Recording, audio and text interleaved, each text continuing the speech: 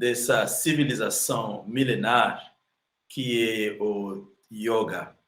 O yoga nasce a partir da busca dos seres humanos de conhecer a si mesmo, de entender o meio ambiente dentro do qual eles vivem, das perguntas que tiveram: quem sou eu, de onde eu venho, para onde eu vou, esse universo foi criado por alguém, esse universo caiu do céu, existe um criador, se ele existe, qual a relação que tem com ele, qual a relação que tem. Basicamente, aquelas questões existenciais que os seres humanos têm. Uma vez, estava de viagem lá em Goiânia, e no passeio, lá no ônibus, eu vi um jornal abrir, e um psicólogo estava dizendo lá dentro que aquela dor que as pessoas têm no coração, aquela dor que as pessoas sentem, que aquela dor é natural. É uma dor que não deve se preocupar.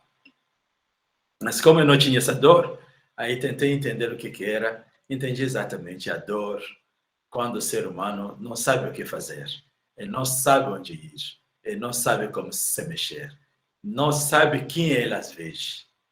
E a dor existencial. Essa dor existencial é uma dor que nada mais que essa visão, a situação de alguém perdido no mundo.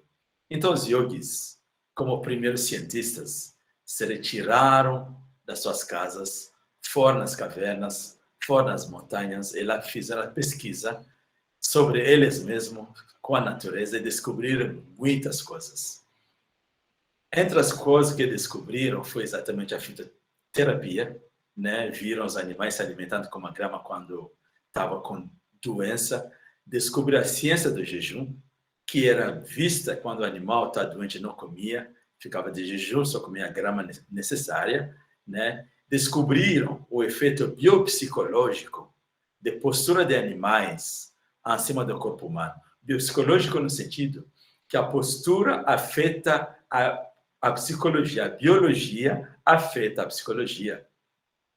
E nós sabemos, pelo movimento mente-corpo, né, os anciãos falavam mente sana em corpo são, uma mente em boa saúde dentro do corpo em bom estado. Né? Exatamente entra nesse nexus da relação entre o psique e o soma. O psique, que é a mente, e o físico, e o corpo. Esses dois interagem de uma tal forma que, inclusive, a ciência moderna dizem que a maioria das doenças são de origem psicossomática. Mais de 70% a 75% das doenças são de origem psicossomática. Recentemente tivemos o Covid, que pegou bastante, mesmo o Covid pegou não mais do que 2% da população planetária. Mas a grande parte dos adoecimentos que os seres humanos vivem entra nesse nexus da psicossomatia. O psique adoecendo o corpo, a mente adoecendo o corpo. As doenças que nascem do corpo adoecendo a mente, basicamente o corpo adoecido, e a pessoa perde a esperança, a pessoa fica tão amedrontado que se larga, não são tão grande quantidade comparada a doenças psicossomáticas. Então, gente, nesse nexus, os yogis observaram que através de posturas dos animais, por exemplo, observando o animal como uma vaca, a pessoa que era agitada se tornava mais tranquila, mais calma. Através da postura do pavão, do outro lado, alguém que ficava muito amedrontado se tornava mais ativo, destemido. E assim, várias posturas, como a postura do leão, que dá à pessoa muita confiança, autoconfiança. Então, esse descobriram. Agora, a descoberta mais assim determinante nesse campo do yoga foi descobriram a ciência do som. Fechados os olhos, eles ouviram alguns sons vindo. E quando eles estudaram, descobriram que o som não estava vindo de lugar nenhum. Estava vindo do próprio corpo, dentro da própria estrutura. E Sadashiva, que é o primeiro mestre do Tantra Yoga, aparece mais ou menos 7.000 anos atrás. Essa pesquisa inteira data mais ou menos de 16 mil anos, 15 mil a 16 mil anos. Então, quando a Sadashiva entra, ele organiza toda essa pesquisa. O yoga hoje tem mais de 3 mil posturas de yoga. Posturas, uma grande parte imitando os animais, outra postura de alongamento, de relaxamento, de todo tipo de coisa. Né? E Sadashiva, que traga agora um conhecimento que está hoje até inspirando a física quântica, que é o conhecimento da ciência das ondas. Que o que nós vemos hoje como sólido, na verdade, não sólido, é nada mais que uma mescla de frequências vibracionais diferentes, mesclado e que dá uma impressão de solidez. Então, na verdade, os objetos, como nós observamos, que aparentam duros, o físico, são nada mais que diferentes frequências de ondas juntas. E essa frequência das ondas, o que elas fazem? Elas criam corpos sólidos. Assim, dentro do corpo humano, existem várias ondas. E junto com a ciência das ondas, veio outros elementos, que são som, cor e frequência. Então, cada vez que você veja um ser humano, você pode procurar a assinatura energética dessa pessoa, descobrindo o som dele, descobrindo a cor dominante nele e descobrindo o tipo de frequência psíquica que ele tem. Vocês tudo devem estar sabendo dos eletroencefalogramas, né? Que são nada mais que medida das ondas psíquicas, né? A imagem de 0 a 34 Hz, as ondas do ser humano se mexem, né? De 0 a 34. Sendo mais grande a onda, menos concentrada é a mente, mais dispersa é a pessoa, né? E cada vez mais que chega nas ondas mais perto, vamos dizer, de 1 a 4, por exemplo, um estado mental muito focado, muito energético, muito bem fechado, né? Então, essa ciência, o Shiva o descobriu e criou a ciência dos mantras, sendo os mantras que são nada mais que frequências sonoras, ondas vibracional, que tem qualidade de se adaptar com uma frequência mais baixa, mas tem capacidade também de se adaptar com onda de frequência de onda mais elevada. Aí vamos falar, como estamos falando de frequência e ondas, eu acho que é bom que sejamos bem claros sobre isso. A frequência é o número de ciclos de ida e volta que uma onda faz dentro de 1 segundo. E o período é a longura dessa onda dentro desse período. Mais o período é pequeno, mais frequência existe. Então, nesse caso, com a prática do Tantra, o que acontece? Essa frequência excessivamente acelerada, que é, na verdade, uma mente agitada, uma mente totalmente fora da caixa, fica demais e o período é muito pequeno. Com a prática da meditação, por exemplo, do mantra, você estica o período. Aí você reduz as frequências dentro de 1 segundo. Essa foi a descoberta de Shiva. Dessa forma, Shiva ensinou a focalizar as energias da mente humana. Com essa energia focalizada, que nós comparamos aos raios do laser.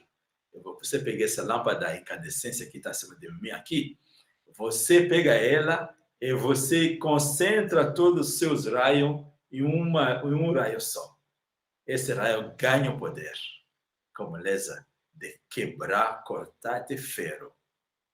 Então, Shiva descobriu isso, e com isso, Shiva começou a ensinar as pessoas como utilizar essa ciência do som, como utilizar essa ciência das ondas para expandir a sua percepção psíquica, para acrescentar seu espaço interior de percepção. O espaço interior de percepção é o espaço dentro do qual os seres humanos adquirem conhecimento.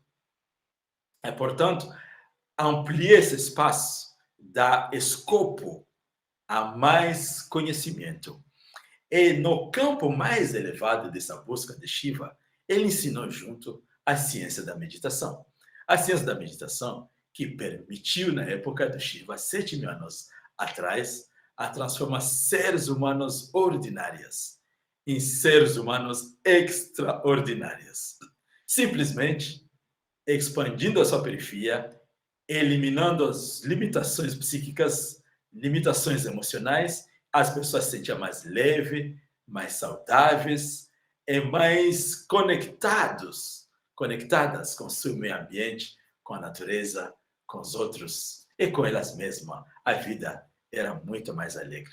Me lembro quando encontrei com meu mestre na Índia, o Sri Krishnamurti. Ele me perguntou: meu filho, você quer ser um ser humano ordinário ou você quer ser um ser humano extraordinário? Eu escutei, palpitei no coração, porque quando ele falava, eu via um ser humano ordinário, que é um ser que vive, trabalha de manhã à tarde para ganhar o pão, e no final dos seus dias, levando a vida dessa forma, ela morre. Agora, seres humanos extraordinários, eu vi pessoas muito capacitadas fisicamente, muita capacidade mentalmente, super-heróis. Eu me encantei com essa gente. Eu disse, mestre, eu quero ser um ser humano extraordinário. Aí o mestre falou, pegou minha bochecha assim, muito bom, muito bom, muito bom, menino, muito bom. Mas me fala uma coisa, você quer ser um ser humano extraordinário ou você quer ser um ser humano super extraordinário? Ponto. Aí que a mente pulou. Mas incrível que pareça, a diferença entre seres super extraordinários e extraordinários é que os extraordinários eram elevadíssimos demais, mas com muita tranquilidade. Um amor emanava deles, um amor assim, encantador. Parece que eles, para fazer alguma coisa, eles não precisavam nem lutar. De onde ele estava, poderia mobilizar os fenômenos externos. Então, respondi ao mestre, eu quero ser um ser humano super extraordinário. Aí o mestre me pegou as bochechas e fiz uma coisa muito fantástica na época. Ele me pediu de colocar a mão no peito e de me comprometer que eu utilizaria a minha vida ao serviço da elevação coletiva da humanidade, baseando a vida inteira nos princípios éticos do Yama e Niyama. Esse também foi fantástico. Então, o trabalho de Shiva foi isso. Sada Shiva trouxe essa ciência milenar da meditação. Ele trouxe também esses princípios éticos. Já que estamos falando da harmonia entre corpo e mente, é interessante começarmos a ver primeiro como se estabelece essa harmonia do corpo. O corpo é composto dos 5 elementos. Em Tantra, nós chamamos 5 elementos fundamentais, que são o sólido, o líquido, o ar, o luminoso e o elemento etéreo. Todas as estruturas que existem nesse universo vão estar compostas por esse elemento. Não é por acaso que algumas pessoas dizem que nossos corpos e nossos planetas são formados pela poeira das estrelas. Isso é fantástico, lembrar que o corpo é emprestado a nós outros pelo cosmos para poder utilizar. O corpo é produzido na barriga da mãe, depois da junção dos gametes do papai e da mamãe. Agora, o ser humano que ali entra nesse corpo, esse ser humano, ele vem do outro lado. Ele vem, é um espírito, como os espíritas dizem, né? É um ser que ocupa esse corpo e se cria uma harmonia entre as energias da mente desse espírito que novo que entra e as energias do corpo. As energias do corpo, o que são as energias? As energias são nada mais as energias que compõem os 5 elementos. Os 5 elementos não são sem energia. E para ficar junto, eles devem estabelecer uma harmonia entre elas. Elas devem estabelecer uma cooperação entre elas. Então, a sustentação da vida, tanto a física como psíquica, depende dessa harmonia entre as energias do corpo e a energia da mente. Cada ser humano é um ser humano com seu nível de crescimento mental, com seu nível de experiência na caminhada nesse planeta Terra e, portanto, carrega várias informações que acaba compondo a estrutura energética da mente dele. E, portanto, tem aí duas energias pulsantes que a junção dos dois deve ser mantido pela essa harmonia entre os dois. Adoecimento no físico é quando essa harmonia começa a ser quebrado.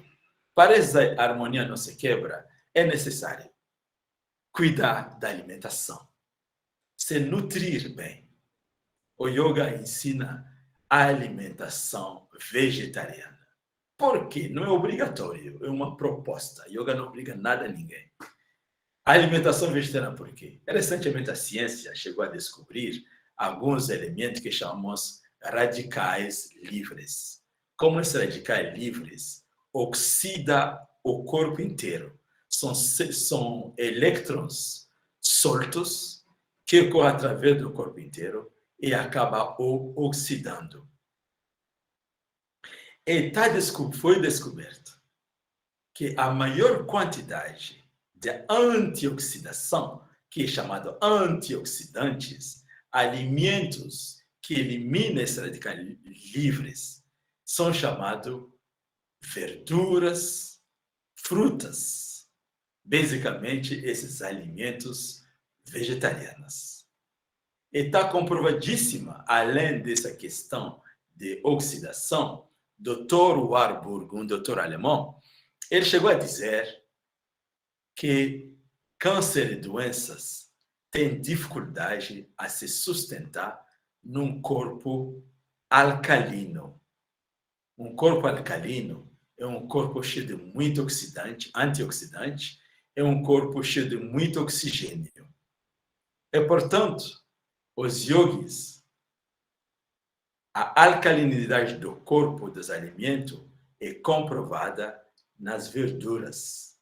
É comprovadíssimo que os alimentos carnívoros, inclusive peixes ou ovos, têm tendência a gerar mais acidez no corpo. Então, um cidadão, uma cidadã que entende essas coisas e se preocupa com a saúde dela, aí não é questão de crer ou não crer, é uma ciência que se comprova. Acredito que a Flávia, lá na biologia, pode até nos ajudar a explicar essas coisas, né? Essa vai definir a pessoa assim, vai definir qual tipo de alimento. Eu faço mais de 40 anos, quase 40 anos, que não come nada de peixe, nada de ovo, nada de carne. E você pode ver que não estou morrendo ainda, estou em boa saúde. É claro, a morte pode chegar em qualquer momento, ninguém manda na morte. Mas até que vivo, eu quero estar de boa saúde. Quero ter meu corpo acompanhando minhas atividades psíquicas. Porque, afinal, a vida do ser humano é uma vida psíquica. Cuidando da alimentação, cuidando das bebidas, água, né? Está comprovado, os alimentos alcoólicos têm tendência a deixar a pessoa muito estressada, além de esvaziar totalmente a produção da linfa no corpo. Linfa, que é a nata de tudo que consumimos, acaba se reduzindo demais pelo álcool. Então, a alimentação, bebida. Agora, a coisa mais importante que já falamos, que não vou falar de mais nesse momento, que é nada mais que manter a nossa fisiologia funcionando na nota 10. A fisiologia humana é essencialmente baseada no sistema nervoso e no sistema endócrino. Esses dois elementos trabalham juntos. Tudo que o ser humano faz, se movimenta, fala, sentimento, tudo atividade humana é baseada nisso. E para uma melhor harmonia entre os dois, já falamos dos exercícios de biopsicologia, que são os asanas, que harmonizam as glândulas, que energizam os nervos, que ativa o sistema nervoso parasimpático. Sistema nervoso parasimpático é a faxineira da casa. Quando esse sistema está ativado, o corpo inteiro se relaxa. Quando, ao contrário, o sistema nervoso simpático no sistema nervoso central, o sistema nervoso simpático fica demais ativado, aí temos situações de estresse, temos situação de agitação extrema e, portanto, situação de produção de adrenalina, de cortisol, que acaba adoecendo demais o cidadão. Por isso que o cidadão precisa dormir à noite, para que, quando ele dorme, o sistema nervoso parasimpático entra em ação e limpa. Com yoga, está comprovadíssimo que 5 minutos de relaxamento yógica bem feita toma o lugar de 1 hora inteira de sono. Então, vocês podem entender como que o yoga trabalha. Eu conheço meus colegas yogis. Geralmente, o ser humano precisa de 8 horas de sono à noite. Meus colegas yogis dormem 4 horas à noite. Porque com relaxamento, com prática de asanas, prática de meditação, eles reduzem a necessidade de sono. Porque esses exercícios limpam a adrenalina e o cortisol do corpo. O pessoal pode me perguntar, mas Ada, por que tu está falando tanto do cortisol?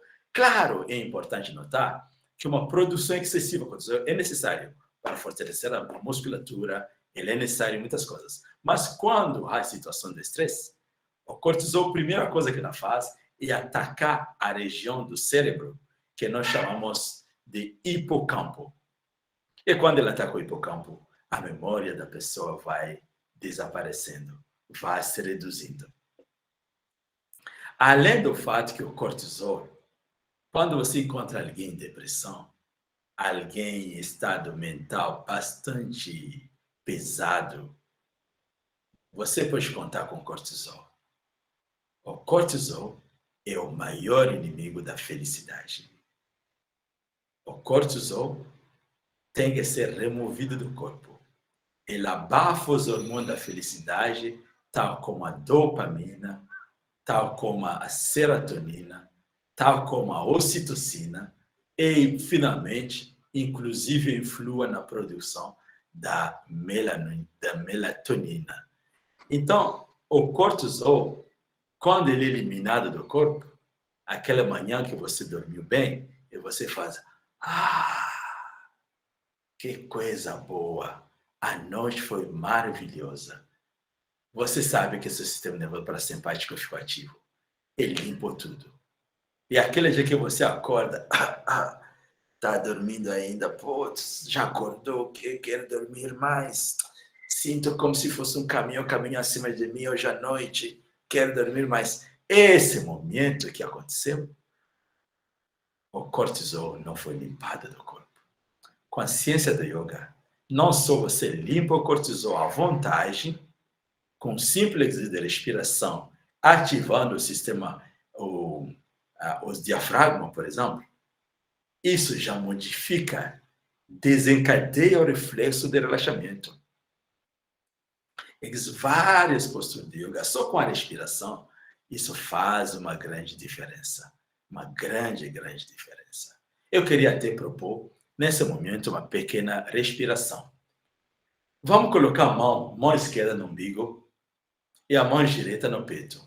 E respira como você sempre respira.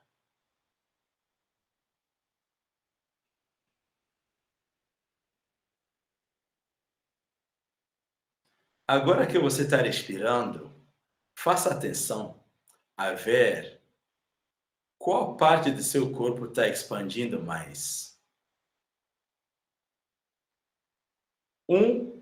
É peito, 2 é barriga. Por favor, escreva aí no chat, no seu chat do Google aí, né? Tem um chat aí, por favor. Escreva para peito, que se expande mais, o 2 para a barriga.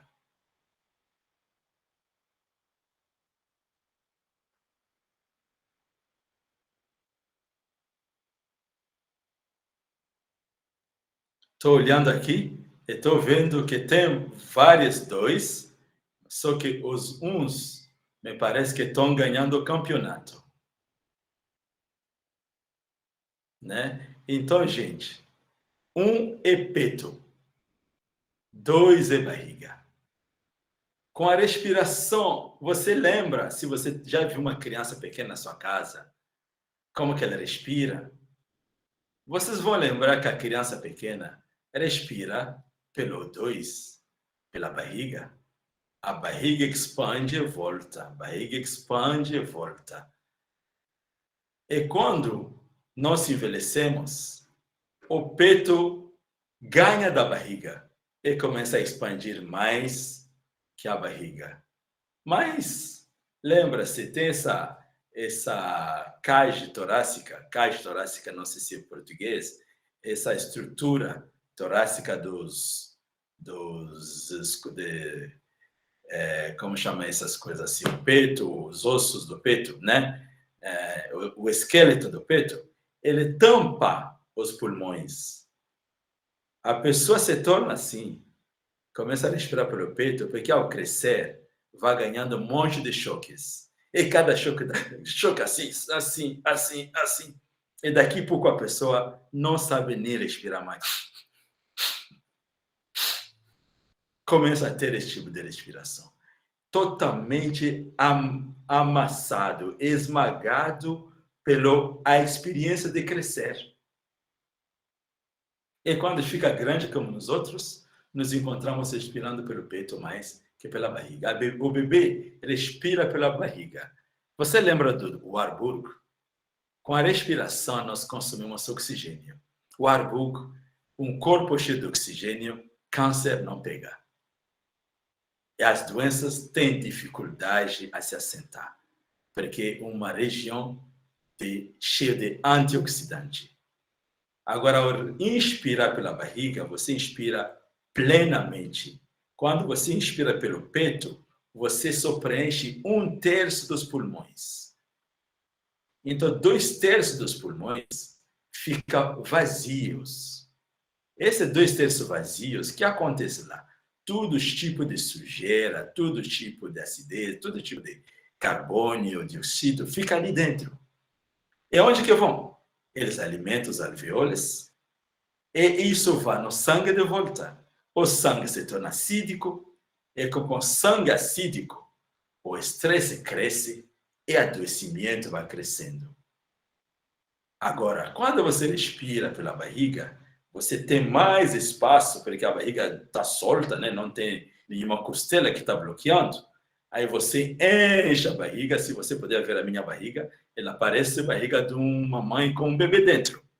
Então, ela cresce, cresce, cresce, e com essa quantidade de oxigênio demais no corpo, o que acontece?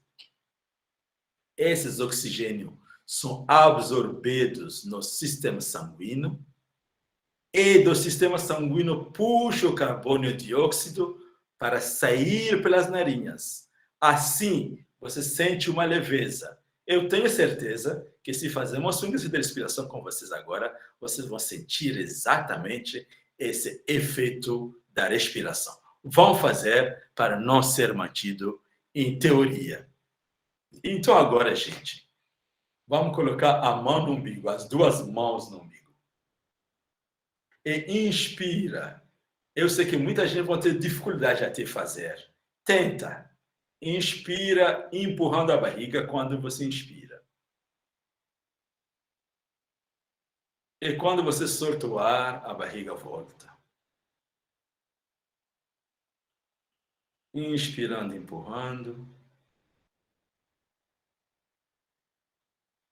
E soltando. Agora eu vou contar até 4. Você vai inspirar. 1, 2, 3, 4.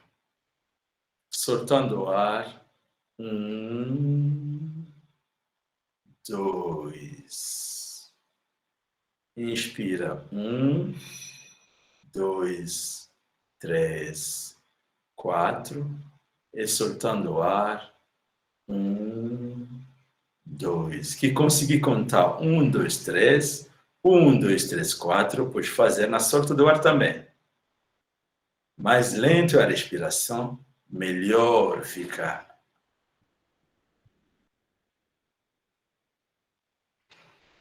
Solta totalmente o carbono dióxido.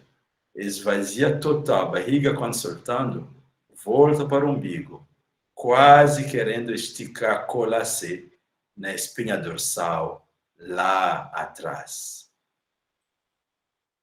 Então, gente, vamos voltar aqui. Eu acho que nem quero abrir os olhos mais. Dá uma sensação de bem-estar, simplesmente pela absorção do oxigênio. Então, gente, o sistema nervoso parasimpático é o elemento mais importante nessa questão de bem-estar, que tem que ser mantido baixo. A vida é sempre uma luta. Não vou dizer para você que se você praticar yoga, não vai ter mais luta. A luta é a natureza da vida. Deus quer nos aprimorar o tempo todo. E para nos aprimorar, Ele nos traga vários desafios, sempre.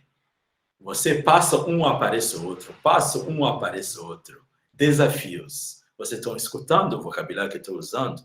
Não estou falando problemas. Estou falando desafios. Porque como tântrico, eu estou pronto a encarar todo o desafio que vem na minha frente. Eu tenho certeza, com a graça de Deus, eu passarei. Porque não tem desafio que vem para ficar. Aquele músico argentino, Mercedes Sosa, né? Chegou a cantar cambia, tudo cambia. Aí começa a falar tudo cambia, tudo cambia. E o brasileiro sabe muito bem que aquele problema, aquela situação que não tem solução, solucionado está. O Brasil que me ensinou isso. E a grande regra, quando se trata dessas questões que te pega, estraga seu humor, estraga sua paciência, tanto assim que você leva em casa, estragando a relação com a esposa, com o marido, com os filhos, com os irmãos e irmãs.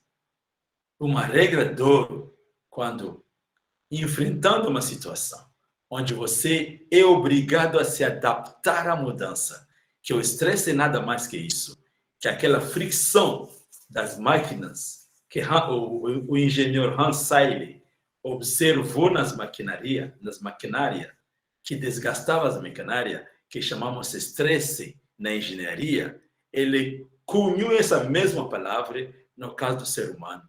Quando o ser humano é obrigado a se adaptar à mudança, aí que o corpo dele faz reações, nas essas reações não tem controle a eles.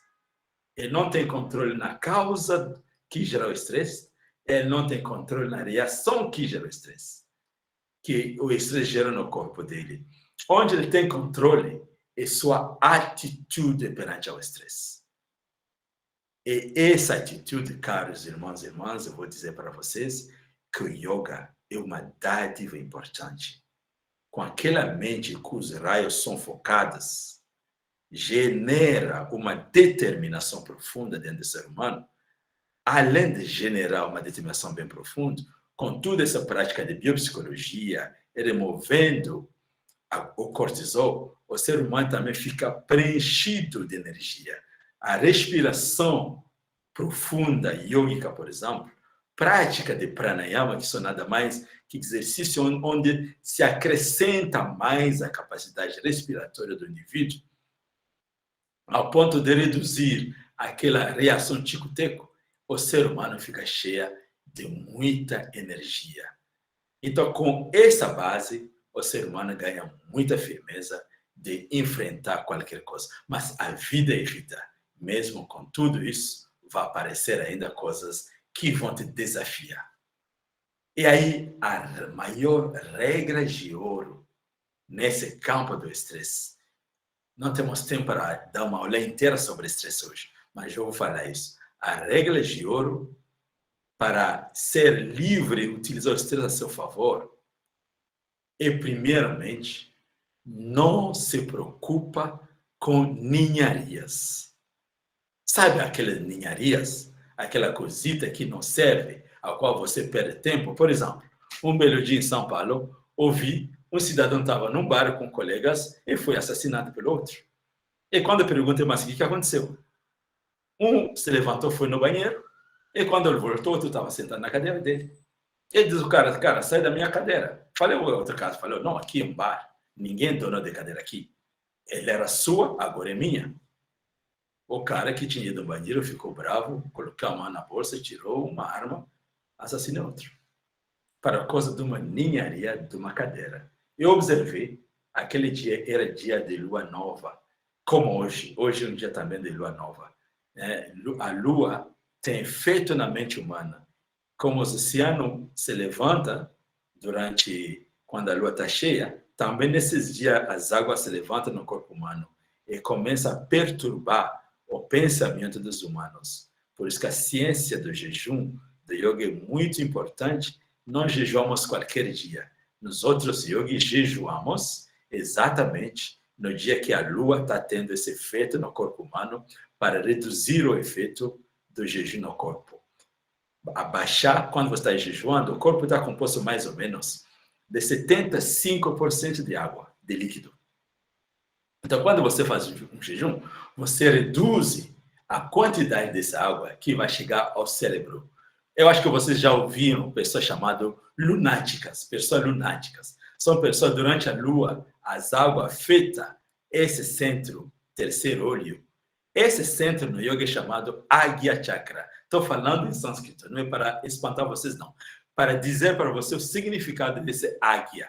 Agya Chakra é o chakra do comando.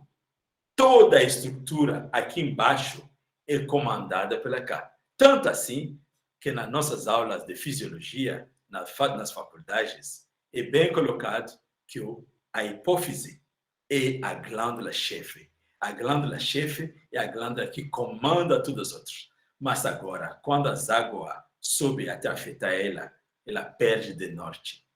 Esse dia era um dia desse. Assim, um cidadão morreu por ninharia. Então, caros irmãos e irmãs, não se envolvem com ninharia. Deixa passar as ninharias. Essa é a primeira regra de ouro. Agora, a segunda regra, mais importante que a primeira, isso nunca se esquece, é que tudo é ninharia.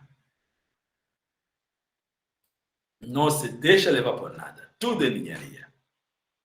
Além desses dois, aí você vai cultivar a capacidade de resistir ao estresse. O estresse, gente, medo gera estresse. Medo gera oxidação do corpo. Com prática de yoga, falei há pouco, Mayurasana, por exemplo, postura do pavão, ajuda a eliminar esse medo, né?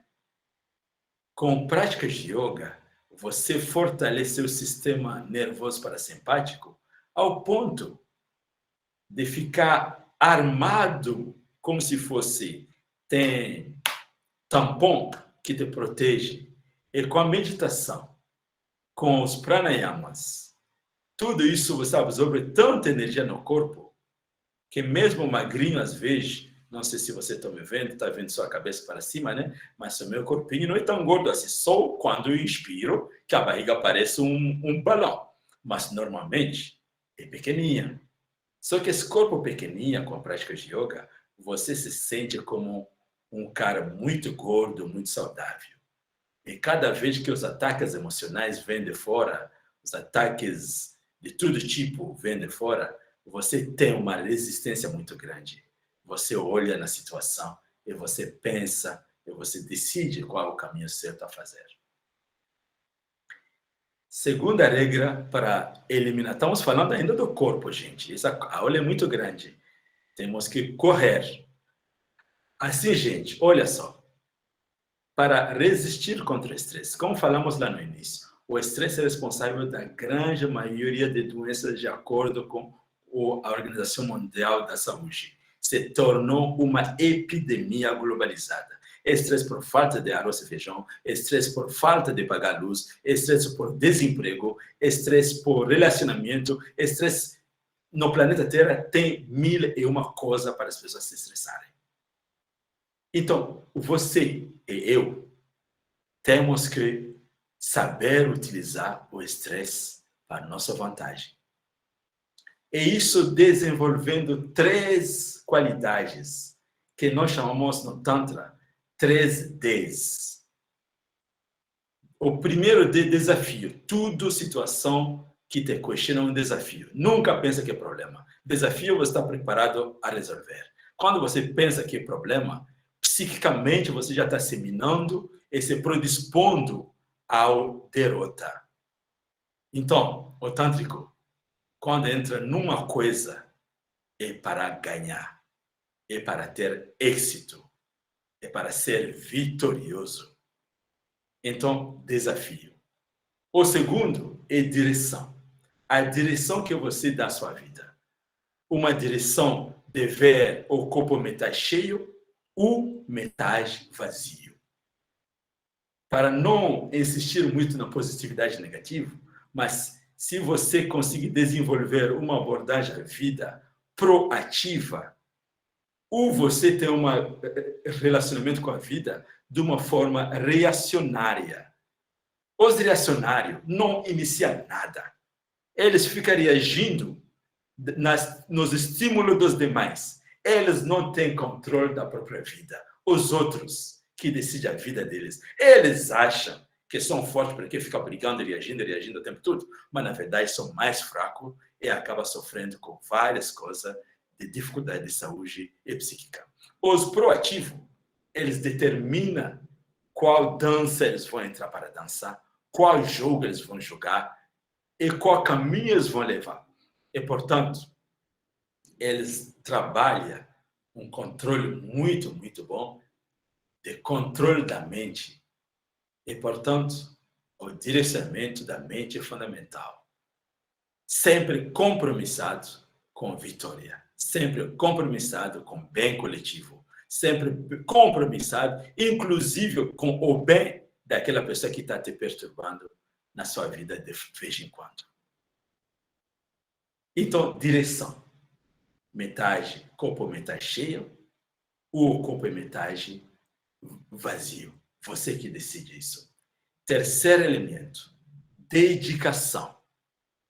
Se algo que você está fazendo, como dificuldades sempre vêm, e dificuldades são desafios, né? Sempre são os elementos que nos inspiram a andar mais para frente, nós temos que ter uma determinação muito grande.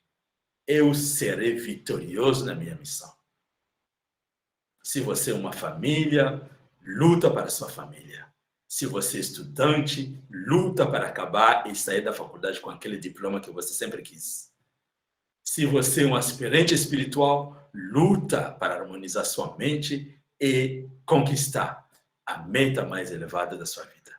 Em qualquer área de vida que você entra, sempre parte para a excelência.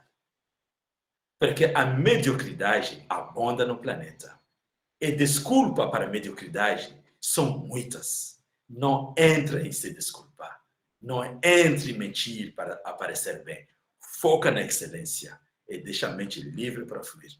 Com esses 13 Ds, você torna a sua personalidade totalmente resiliente ao estresse. E você pode agora começar a utilizar o estresse a seu favor, pegando o toolkit, a caixa de ferramenta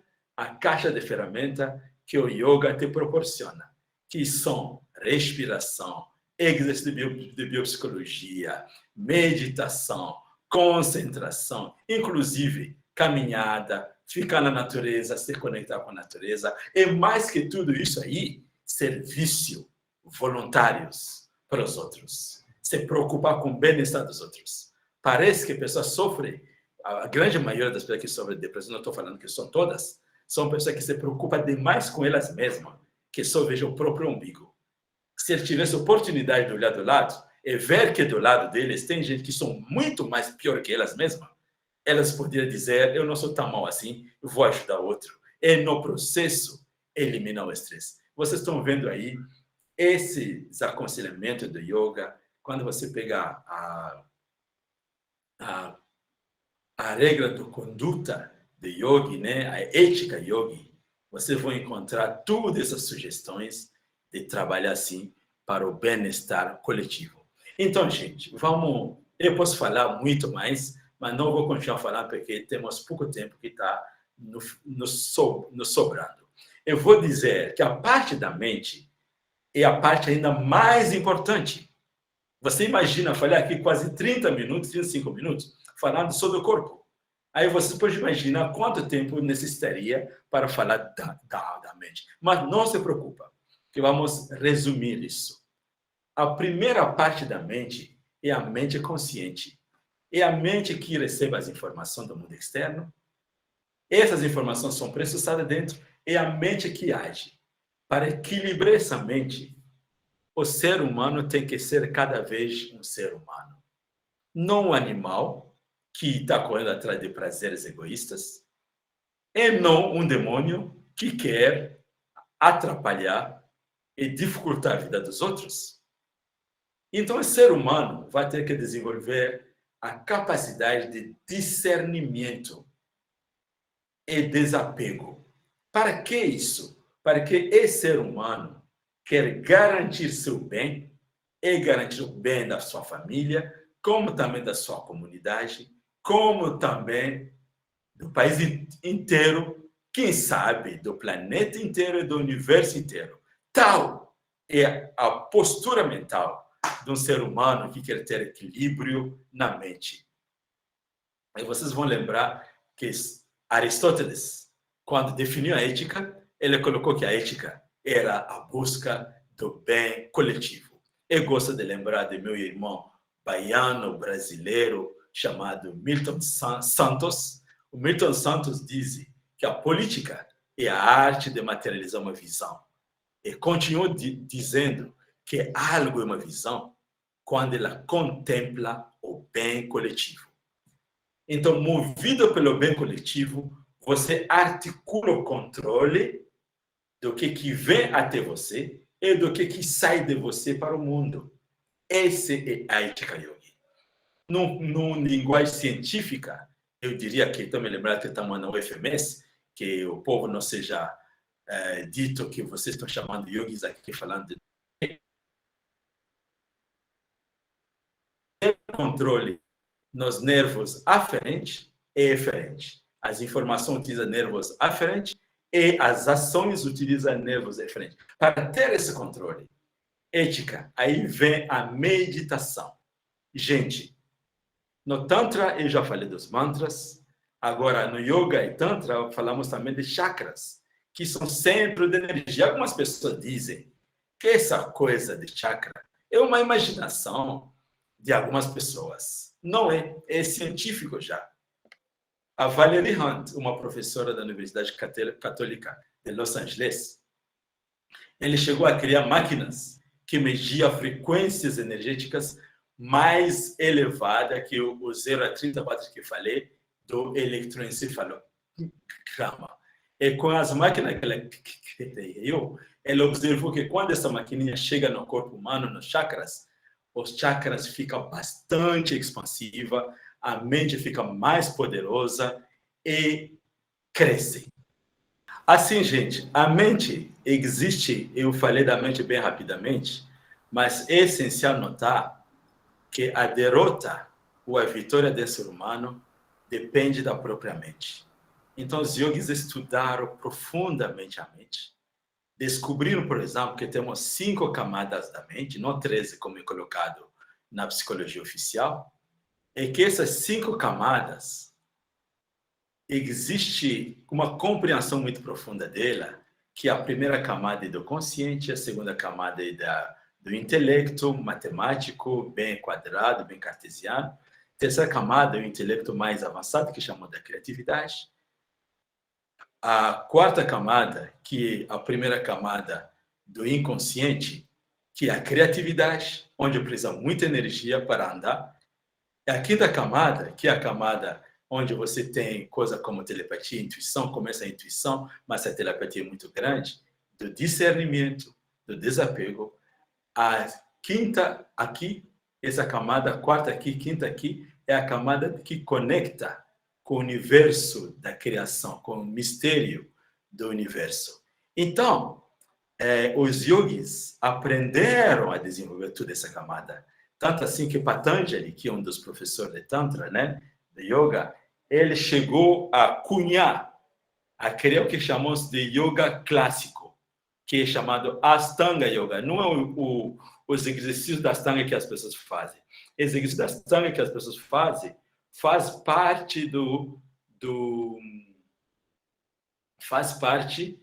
da questão dos asanas, do corpo. Mas todas essas coisas, 8 passos da Astanga, são práticas maravilhosas. Eu sei que a Vivian, a Flávia conhecem essas práticas. Eu acho que tem aqui várias outras pessoas. Então, aconselho que visite eles vão claramente explicar e criar uma compreensão melhor nessas coisas. Sim. Um tipo de exercício de respiração que é mundialmente reconhecido, inclusive pela Organização Mundial da Saúde, é inspirar, concentrar o corpo inteiro, toda a musculatura do corpo, da cabeça até os pés, e soltando o ar. E não fazer, faz 3, 4, 5 vezes e relaxa, abandona o corpo e fica na respiração. Isso ajuda. Mas melhor encontrar os profissionais de yoga da sua cidade. Acho que em Campo Grande temos a Vivian, temos a Flávia. Eu estou vindo aqui em Brasília, o Bruno Reis. Tem vários profissionais de yoga, de asanas. Eu acho que é melhor encontrar com eles. Que essa ciência está sendo adotada por nossos irmãos do Brasil. O Brasil, um país que é chamado a tocar um papel muito importante nessa transição planetária. O coração brasileiro é o coração do mundo. O coração do mundo é o povo que ama todos, que ama os americanos do norte, os africanos da África, os indianos lá da Índia, os japoneses lá do Oriente Médio, os chineses, os ucranianos, os poloneses. Gente, não me força a falar todos os nomes dessa gente. Tudo isso você encontra no Brasil. E o Brasil, então, tem essa vocação. O único país na face da Terra que conseguiu ter essa miscigenação harmônica. E, portanto, a responsabilidade de harmonizar o planeta inteiro. Gente, muito, muito agradecido. Até a próxima. Namaskar, gente. Namaskar. Nós que agradecemos muito, Dada. Foi muito boa. Namaskar, Dada. O pessoal está agradecendo. Namaskar, querido. Muito, muito agradecido a vocês. Que a palestra é feita pelos participantes, né? Vocês criam uma energia e nós só corremos em cima dela. Muito, muito agradecido.